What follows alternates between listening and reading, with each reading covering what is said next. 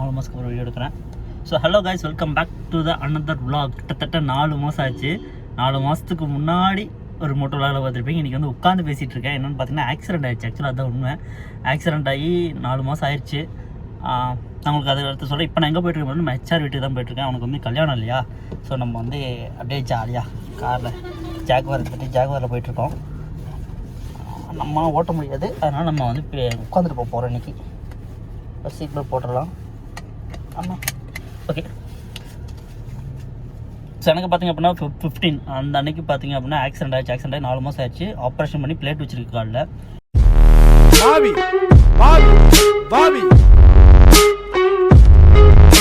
அப்படின்னா 15 அதுதான் வந்து ஒர்ஸ்ட் டே என் லைஃப்லேயே. வந்து ஜாலியாக ஊர் சுற்றிட்டு ஜாலியாக வந்து வேலைக்கு போயிட்டு அப்படியே அந்த காசை வச்சு அப்படியே ரைடும் போயிட்டு அப்படி எல்லாம் பண்ணிவிட்டு சரி நம்ம அடுத்த பெருசாக ரைடு போவோம் அப்படின்னு சொல்லி பெருசாக பிளான் பண்ணி வச்சுருந்தேன். நம்ம ஒன்று நினைக்க தெய்வம் ஒன்று நினைப்போம்னு சொல்லுவாங்க, ஆனால் சொன்ன மாதிரியே நடந்துச்சுங்க. அது நான் வந்து எப்படின்னு பார்த்தீங்கன்னா என் பைக்கெலாம் இப்போ டெல்லியில் தான் போய் அடியாச்சு. வண்டிக்கும் அடி, எனக்கும் அடி தான். அன்னைக்குன்னு பார்த்து ஆஃபீஸ் கிளம்புறேன். ஆக்சுவலாக நார்மலான ஒரு டே. நார்மலாக லேட்டாக நான் கிச்சா வீட்டிலேருந்து நான் கிளம்புறேன். ஏன்னா நானும் ஒரே வீட்டில் தான் இருக்கோம். கிளம்பி நான் பாட்டுக்கு பார்த்தேன் அப்படின்னா கிளம்பி ஆஃபீஸ் கிளம்புனேன். கிளம்பி கொஞ்சம் தூரம் போயிட்டு இருந்தேன். போகிற வழி எல்லாமே பார்த்திங்க அப்படின்னா நம்ம எடுக்கிற ரூட் எல்லாமே டெய்லி ஒரு ரூட் எடுப்போம். பட் அன்றைக்கி மேலே சின்ன சின்ன கட்டிலுக்கு போயிட்டு இருந்தேன். எல்லா சிக்னலும் ஓப்பன் ஆகுது. எனக்கு அப்போயோ டவுட்டு, சரி என்னடா நமக்கு வந்து இன்னும் எல்லாமே ஓப்பன் ஆகுது, நம்ம வந்து இன்றைக்கி நாள் சகுனம் நல்லா இருக்கா என்னன்னு தெரியல. எல்லா சிக்னலும் ஓப்பன். கரெக்டாக கணபதி சிக்னல் சிஎம்எஸ் ஸ்கூல் இருக்கும், உங்களுக்கு தெரியும் கோயம்புத்தூர் இருந்தீங்கன்னா. கரெக்டாக சிஎம்எஸ் ஸ்கூல் கிட்ட பார்த்தீங்கன்னா அங்கே வந்து நான் லெஃப்ட் எடுக்கிறேன். எடுத்து நான் உள்ள கட்டுக்குள்ளே போயிட்டேன். ஏன்னா சிக்னல் பார்த்தீங்கன்னா முன்னாடி வந்து கூட்டம் ஜாஸ்தியாக இருக்குன்னு சொல்லிட்டு நான் லெஃப்ட் எடுத்து உள்ளே போயிட்டேன். ஸோ உள்ளே போயிட்டு அந்த கட்டில் நார்மல் கட்டு தான் உங்களுக்கு ரோட கிட்டத்தட்ட மேக்ஸிமம் ஒரு 50-40 தான் உங்களால் ஓட்ட முடியும் பைக்கில். நான் அந்த ரோட்டில் போகிறேன். கரெக்டாக ஆப்போசிட்டில் ஒருத்தர் வந்துட்டு இருந்தவர் யூட்டர்ன் எடுக்கிறதுக்காக என்ன பண்ணார், சைடில் கட்டுக்குள்ளே போகிறதுக்கு என்ன பண்ணேன், என்னோட லைனில் ஏறி நின்றுட்டார் வண்டி. நான் வந்ததுக்கும் கரெக்டாக அந்த கட்டை பார்த்தீங்கன்னா ஒரு எஸ்பெண்ட் மாதிரி இருக்கும். அந்த கட்டில் கரெக்டாக அவர் நின்றுட்டுருக்காரு. அவரால் வந்து வண்டியை வெளியே எடுக்க முடியல. அவர் என்ன பார்த்துட்டு அப்படியே நின்றுட்டுருக்காரு. நான் பிரேக் அடிச்சும் வண்டி நிற்கல. ஏன்னா அது கரெக்டாக பார்த்தீங்கன்னா ஒரு கட்டு ஒரு கார்னர் மாதிரி இருக்கும். அடித்து ஆக்சிடென்ட் ஆகிடுச்சு. எனக்கு அடிக்கிற வரைக்கும் எனக்கு எதுவும் தெரியல. அடித்து கீழே விழுந்ததுக்கப்புறம் தான் எனக்கு தெரியும். சரி ஓகேங்களா, விழுந்து ஹெல்மெட்லாம் போய் ஒரு பக்கம் போய் சதறி எல்லாம் விழுந்துருச்சு. நான் என்ன பண்ணிட்டேன், இறங்கி எந்திரிச்சு நின்று அவரை பார்த்தா அவருக்கு ஒரு சைடு ஃபுல்லாக இது. ஸோ இந்த லெஃப்ட் சைடு ஃபுல்லாக அவருக்கு வந்து உறிஞ்சிருச்சு. அவருக்கு ட்ரெஸ் மட்டும் தான் கிழிஞ்சது, எந்த அடியும் இல்லை. எனக்கு பார்த்தீங்கன்னா வண்டிக்கு பெரிய அடின்னு சொல்ல முடியாது. பட் ஃபேரிங் அடி, ஃபோர்க் 2 உடஞ்சிருச்சு. சின்னதாக ஃபேரிங் இருக்கும். ஆனால் கம்ப்ளீட்டாக நம்ம வந்து அரசுங்களாட்டி ஃப்ரண்ட் ஃபேரிங் மாற்றணும், ஃபோர்க் மாற்றணும். எந்த ரத்த காயம் எனக்கு இல்லைங்க. நான் விழுந்தது அப்படின்னு பார்த்தீங்கன்னா தூக்கி நான் ரோட்டில் வீசிடுச்சு. ஆப்போசிட் லைனில் வீசினதையும் என் கால் போய் ரோட்டில் அடிச்சிருச்சு. அடிச்சது என்னாச்சு, அந்த போனில் சப்போர்ட் போன் வந்து கட் ஆயிடுச்சு. ஸோ சப்போர்ட் போன் கட் ஆனதையும் எனக்கு தெரியல. அப்போ அடியாக நமக்கு தெரியாது இல்லை. நம்ம பாட்டுக்கு எந்திரிச்சு நின்றுட்டேன். எந்திரிச்சு நல்லா பெயின் இருந்துச்சு. அந்த பெயின் பார்த்ததையும் சரின்னு உட்காந்துட்டேன். உட்காந்து இந்த மாதிரி அடியாச்சுன்னு சொல்லி யாருமே ஹெல்ப் பண்ணல ரோட்டில். ஆக்சுவலாக விழுந்தது யாருமே ஹெல்ப் பண்ணல. வந்து ஒருத்தர் நின்று பார்த்தேன். நான் பார்க்காதீங்கன்னா வண்டியை மட்டும் எடுத்து ஓரமாக வச்சு ரோட்டில் போட்டுருங்க, நான் அப்படியே ஓரமாக உட்காந்துக்கன்னு சொல்லிட்டு நான் வந்து பக்கத்தில் ஒரு வீடு இருந்தாங்க, ஒரு அம்மா இருந்தாங்க. அவங்க நல்லா ஹெல்ப் பண்ணாங்க. கண்டிப்பாக வந்து நான் வந்து அந்த பக்கம் போனேன் அப்படின்னா கண்டிப்பாக அவங்கள பார்க்கணும். அவங்க வந்து ஹெல்ப் பண்ணாங்க. சரி உட்காந்து நான் கூப்பிட்டு முரளிக்கும் கிச்சாவுக்கும் நம்ம ட்ரிபிள்ஸ் பார்க்கிட்ட கூப்பிட்டு சொல்லிட்டேன். அப்புறம் ஆஃபீஸ் வந்து எல்லா ஃப்ரெண்ட்ஸும் வந்துட்டாங்க. நல்லா பார்த்துட்டு ஒரு கரெக்டாக பார்த்தீங்கன்னா 1:45 மத்தியானம் அடியாகுது. நான் எல்லாத்தையும் சொல்லிட்டு நான் பாட்டு கிளம்பி ராமநாதபுரம் ஹாஸ்பிட்டல் தூக்கிட்டு வந்துட்டாங்க காரில். பைக்கை வந்து ராதா எடுத்துகிட்டு போயிட்டான். ட்ரிபிள்ஸ் பார்க் வந்து பைக் எடுத்துகிட்டு போயிட்டான். முரளி கிச்சா மட்டும் தான் நம்ம என் கூட இருந்தோம். அவன் வந்து பார்த்தீங்கன்னா ஏன்னா ஹாஸ்பிட்டல்லாம் கூட்டி போய் செக் பண்ணிவிட்டு போன்ஸ்க்கு எக்ஸ்ரே எடுத்து பார்க்குறேன். நான் என்ன நினச்சேன், சரி சின்னதாக ஒரு கோடு இருக்கும், அது ஒரு மாதம் சரியாயிரும். நம்ம வீட்டிலே இருந்துட்டு நம்ம இங்கே கோயம்புத்தூர்லேயே இருந்துட்டு வீட்டில் எதுவுமே சொல்ல வேண்டாம் அடியானதெல்லாம். நம்ம அப்படியே பைக்கையும் ஒரு மாதம் ரெடி பண்ணிவிட்டு என்ன பண்ணலாம், வீடு தெரியாமல் வந்து போய் சொல்லிட்டு அப்படியே இங்கேயே இருந்தலாம் அப்படியே முடிவு பண்ணிட்டேன். எக்ஸ்ரே பார்த்துக்கப்புறம் தெரியுது, உங்களுக்கு எல்லாம் ஃபோட்டோலாம் உங்களுக்கு ஸ்க்ரீனில் போடுறேன். எக்ஸ்ரே பார்த்துக்கப்புறம் தெரியுது இது கட்டாயிருக்கு. போன் வந்து கட்டாகி அப்படி நவுந்துருக்கு. ஸோ இவங்க என்ன சொல்லிட்டாங்க, ஃபிசியோ வர வரைக்கும் வெயிட் பண்ணுங்க அப்படின்ட்டாங்க.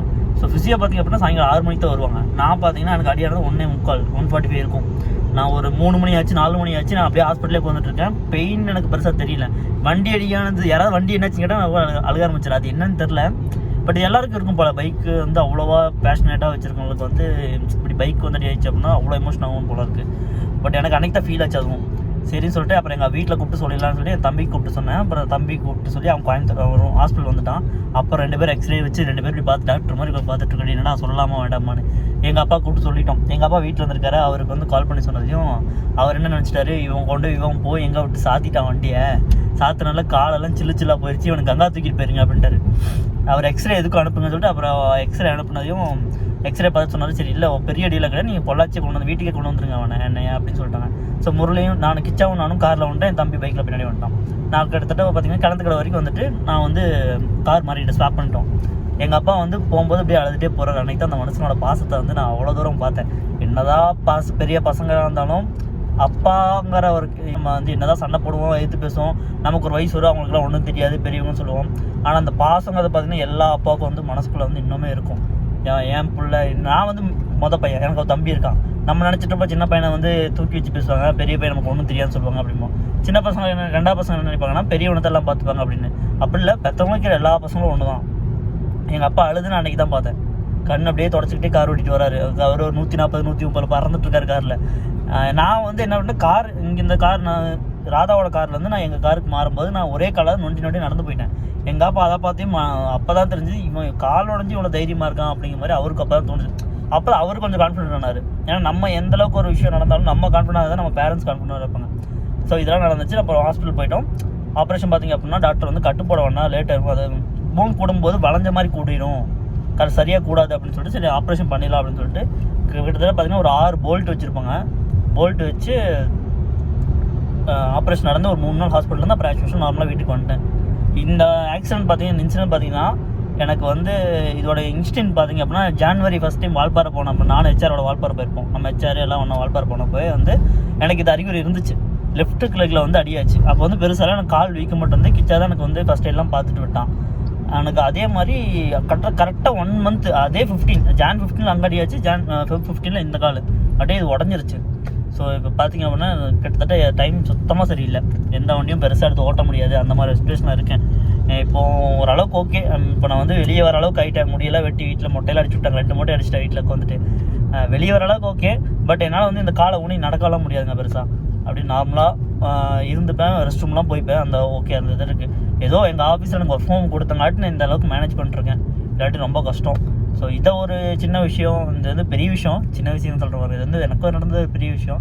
பட் இதை வந்து நான் வீடியோவே போடல, ஒரு 4 மாதமாக நான் வீடியோவே போடல. அந்த ஒரு ரீசனுக்காக வந்து இது அப்டேட் பண்ணி ஆகணும் அப்படின்னு சொல்லி தான் நான் ஒரு வீடியோவை போட்டிருக்கேன். கண்டிப்பாக திரும்ப வருவோம். வண்டி வந்து நான் ரெடி பண்ணணும். அடுத்த மாதம் வந்து வண்டி ரெடி பண்ண ஆரம்பிச்சிடுவேன். வண்டி ரெடி பண்ணிட்டு இனி ஒரு 2 மாதத்துக்கு கண்டிப்பாக ஓட்ட முடியாது பைக்கெலாம். பட் பைக் ரெடி பண்ணி வச்சா தான் நம்ம அடுத்து வரும்போது எல்லாம் ரெடியாக இருக்கும். நம்ம எவ்வளோக்கு ஸ்ட்ராங்காக மூவ் ஆனவரமோ அவ்வளோதான் வந்து ஒரு கம்பேக் எல்லாத்துக்கும் கொடுக்க முடியும். நிறைய விஷயங்கள் இந்த ஆக்சிடென்ட்னால நிறைய விஷயங்கள் லேர்ன் பண்ண, நிறைய விஷயங்கள் இழந்திருக்கேன். எல்லாம் பார்த்தாலும் லைஃப் அப்படின்னு நிற்கக்கூடாது இல்லையா, அடுத்தடுத்து மூவ் ஆன் ஆகணும். ஸோ பை கைஸ், இதை சொல்கிறதா சின்ன வீடியோ. இப்போ நம்ம வந்து ஹெச்ஆர் கல்யாணத்துக்கு போயிட்டுருக்கோம். மேபி அதை ஒரு vlog-ஆ பண்ணுறேன். Bye, take care.